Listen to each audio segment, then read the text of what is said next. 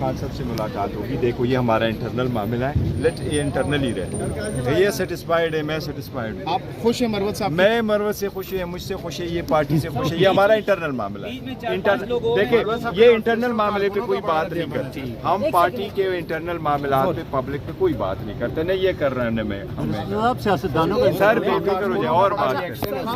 ایک مہینے فوت ہو گیا, ایک مہینے اغوا ہے, ایک کو آپ نے نکال دیا. کل کیا رہے سر آپ؟ نہیں میں تبھی آپ کو کہہ رہا ہوں انشاءاللہ تعالیٰ سر ادھر بھی اللہ تعالیٰ اس کی معافرت کرے اور یہ جو ہے نا ہمارے ساتھ ہی کرے. خان صاحب کو کیا بتائیں گے مروت صاحب کے والد سے؟ انشاءاللہ یہ ہمارا انٹرنل معاملہ نہیں انٹرنل معاملہ تو ہے, اسٹیٹس کیا ہے اس ہفتے میں بدل رہے. لیکن نوٹیفیکیشن پبلکلی آپ لوگوں نے جاری کی ہے مروت؟ نہیں میں کل اس پہ نوٹیفیکیشن تو پبلکلی آ گیا, پبلک میں آپ دے نے چکا ہوں کہ وہ مجھے نوٹیفیکیشن کا بالکل پتہ نہیں تھا, نہ مجھے علم میں تھا, بلکہ مجھے رات کے وقت پتہ چلا تھا. یہاں آپ کے ایک ساتھی ہیں, میں نے بلکہ اس کا نمبر بھی اسی لیے بلاک کیا تھا. انہوں نے مجھے کہا تھا کہ یہ ہے, ساتھ ہی کہا مجھے کہ اس قسم کا نوٹیفیکیشن ہے. میں نے کہا تھا کہ میرے نالج میں نہیں ہے. آپ کو بتائے بغیر نوٹیفیکیشن ہو سکتا ہے؟ آپ کے نالج میں بغیر نوٹیفیکیشن ہو سکتا ہے؟ اچھا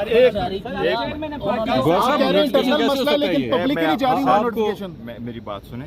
دیکھو پبلکلی نوٹیفیکیشن, دیکھو مس انڈرسٹینڈنگ ہو جاتی. کیا ہوا ہے, عمر صاحب جا رہے تھے لاہور, انہوں نے کچھ نہیں بتایا. وہ دوسری ایک باوجود اس کے کیس میں بیٹھے ہوئے لوگوں پہ اسٹرانگ ریزرویشنز ہے ہماری, لیکن اس حکومت کی ایک شیوا رہا ہے. یہ 9ویں لیجسلیشن ہو رہی ہے اس پارلیمنٹ میں, 8واں سیشن ہے, اس میں یہ 9ویں لیجسلیشن ہو رہی ہے. ایچ اینڈ ایوری ٹائم جب لیجسلیشن ہوتی ہیں تو آپ رول کو سسپینڈ کرواتے ہیں. آپ ون گو میں ساری کی ساری رپورٹیں رکھواتے ہیں, ون گو میں پورا بل رکھواتے ہیں, اور اس پہ کبھی بھی کوئی ڈسکشن ہوئے بغیر آپ اس کو پاس کروا دیتے ہیں. یہ اس حکومت کے ممبران سے بھی پوچھے, ان کے ممبران کو بھی نہیں پتا ہوتا کہ یہ کون سی لیجسلیشن ہو رہی ہے. جناب اسپیکر, یہ جو لیجسلیشن ہو رہی ہے یہ نہ صرف رولز کے خلاف ہے اور نہ صرف یہ قانون کے خلاف ہے, بلکہ یہ صریحاً آئین کے خلاف قانون سازی ہو رہی ہے.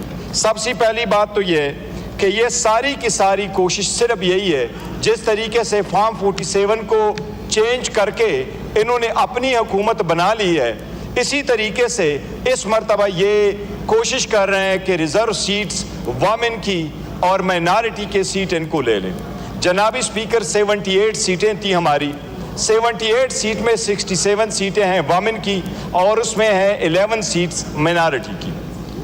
جناب ڈپٹی اسپیکر صاحب, اس کے لیے ہم نے 4 اپلیکیشنیں الیکشن کمیشن میں بھجوائی تھیں.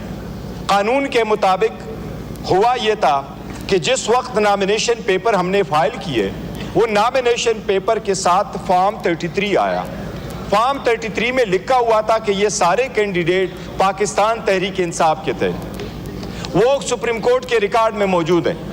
وہ جس وقت ہم نے سارے کے سارے کینڈیڈیٹ نے اناؤنس کیا, نامینیشن پیپر فائل کر لیے, ڈپٹی اسپیکر صاحب, اس کے بعد ایک سازش کے تحت پاکستان تحریک انصاف سے نشان لیا گیا اور سارے کینڈیڈیٹ کو آزاد نشانات الاٹ کیے گئے. اس کے باوجود کہ ہروانے کی کوشش کی گئی, لیکن الحمدللہ پاکستان تحریک انصاف 2/3 میجارٹی کے ساتھ جیت چکی ہے. وہاں 45 کے مطابق وہ جو فیکٹس اینڈ فگر ہم نے آج تک دیے ہیں, ان میں سے کسی ایک نے اس کی تردید نہیں کی.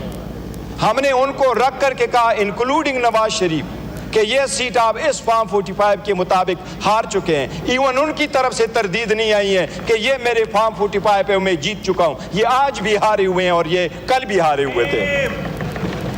جو ریزرو سیٹیں ہماری آئیں, جناب اسپیکر, رول اپلائی یہی ہے, سپریمیسی آف پارلیمنٹ یہی ہے, جمہوری اقدار یہی ہے کہ تصفیہ کا ایک طریقہ کار ہے.